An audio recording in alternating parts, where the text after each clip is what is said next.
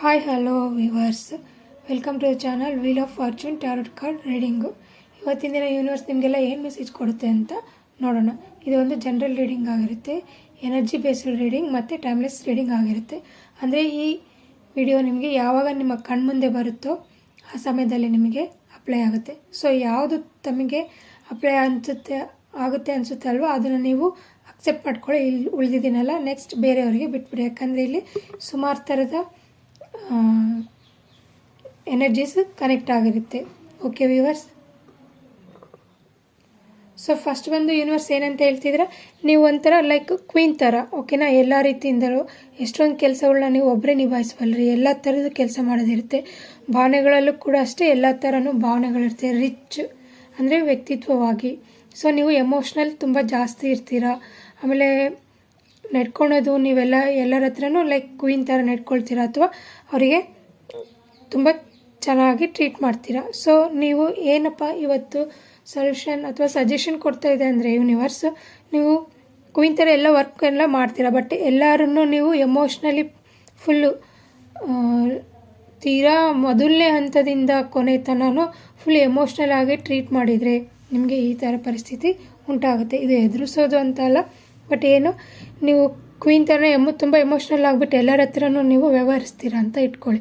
ಅವ್ರು ನಿಮ್ಮನ್ನು ಅವ್ರು ಹೇಗಿರ್ತಾರೋ ಹಾಗೆ ನಿಮ್ಮ ಹತ್ರ ನಡ್ಕೊಳ್ತಾರೆ. ಅಂದರೆ ಹರ್ಟ್ ಮಾಡ್ತಾರೆ, ನೋವುಂಟು ಮಾಡ್ತಾರೆ, ಮೋಸ ಮಾಡ್ತಾರೆ, ಅದು ಇದು ಏನಾದರೂ ಹೇಳೋದು ಆ ಥರ ಎಲ್ಲ ಆಗ್ತಿರುತ್ತೆ. ಸೊ ಅದಕ್ಕಾಗಿಯೇ ಯೂನಿವರ್ಸ್ ನಿಮ್ಗೆ ಏನು ಸಜೆಷನ್ ಕೊಡ್ತಾ ಇದೆ ಅಂದರೆ, ಈಕ್ವಲ್ ಗಿವ್ ಆ್ಯಂಡ್ ಟೇಕನ್ ಅಂತ ಹೇಳ್ತಾ ಇದೆ.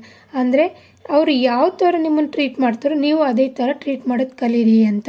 ಸೊ ಅದಕ್ಕೆ ಏನು ಮಾಡಬೇಕು, ನೀವು ಆ್ಯಕ್ಷನ್ ಮೂಡಲ್ಲಿ ಇರಬೇಕು. ಅಂದರೆ ನಿಮ್ಮಲ್ಲಿರೋ ಒಳ್ಳೆತನವನ್ನು, ಎಮೋಷ್ನಲ್ ಸೈಡನ್ನು ಹಾಗೆ ಇರಿಸ್ಕೊಳ್ಳಿ, ಆ ಥರ ನೆಡ್ಕೊಳ್ಳಿ. ಬಟ್ ಯಾವಾಗ ನಿಮಗೆ ಎದುರುಗಡೆ ಇರೋರು ಹರ್ಟ್ ಆಗೋ ಥರ ಅಥವಾ ನಿಮ್ಮನ್ನು ನೆಗ್ಲೆಕ್ಟ್ ಮಾಡ್ತಾರೆ, ಏನೋ ಬೇರೆ ತಪ್ಪಾಗಿ ನಡ್ಕೊಂಡ್ರೆ ನೀವು ಅವ್ರನ್ನ ಅದೇ ರೀತಿಯಲ್ಲಿ ಆನ್ಸರ್ ಕೊಡಬೇಕು ಅಂತ ಹೇಳ್ತಾ ಇದೆ ಯೂನಿವರ್ಸ್.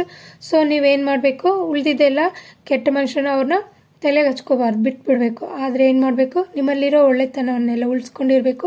ಅದೇ ಥರ ಕ್ವೀನ್ ರೀತಿಯಲ್ಲೇ ಇರಿ.